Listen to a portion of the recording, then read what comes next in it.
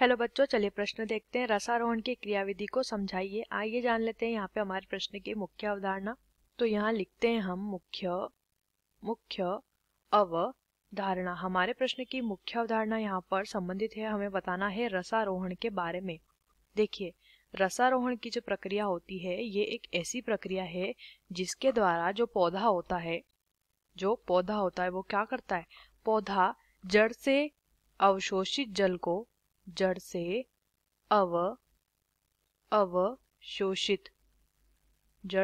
अवशोषित ठीक से इसे लिख लेते हैं। जड़ के द्वारा जो अवशोषित जल होता है, जड़ से अवशोषित जल को ये गुरुत्वाकर्षण के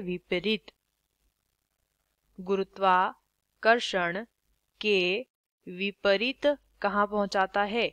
ऊपर की ओर पौधे के सभी भाग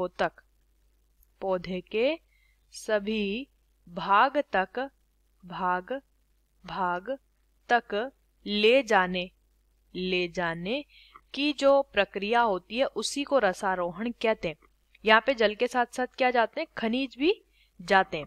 तो अब हम देखिए क्या कह रहे हैं कि जो पौधा होता है, एक पौधा, वो अपने भूमिगत भाग यानी कि जड़ से ऊपर की ओर जहाँ पे तना पत्तियां आदि होते हैं वहां पर जल को और खनिजों को पहुंचाने की जो प्रक्रिया करता है, जो कि गुरुत्वाकर्षण के विरुद्ध होती है, क्योंकि गुरुत्वाकर्षण बल नीचे की ओर लगता है और हमारा जो जल है वो ऊपर की ओर गति कर रहा है। तो ये गुरुत्वाकर्षण के विपरीत कार्य करता है और ये प्रक्रिया रसारोहण के नाम से जानी जाती है।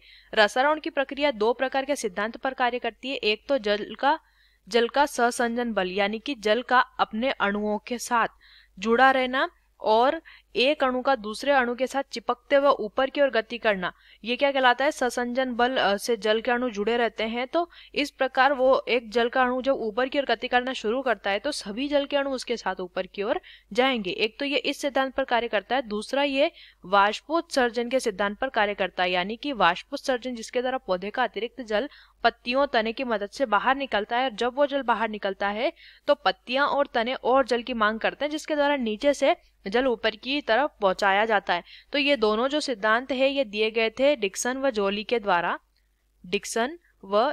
के द्वारा दिए गए सिद्धांत या मत इन्हें कहा जाता है और इन्हीं के ऊपर रसारोहण कार्य करता है।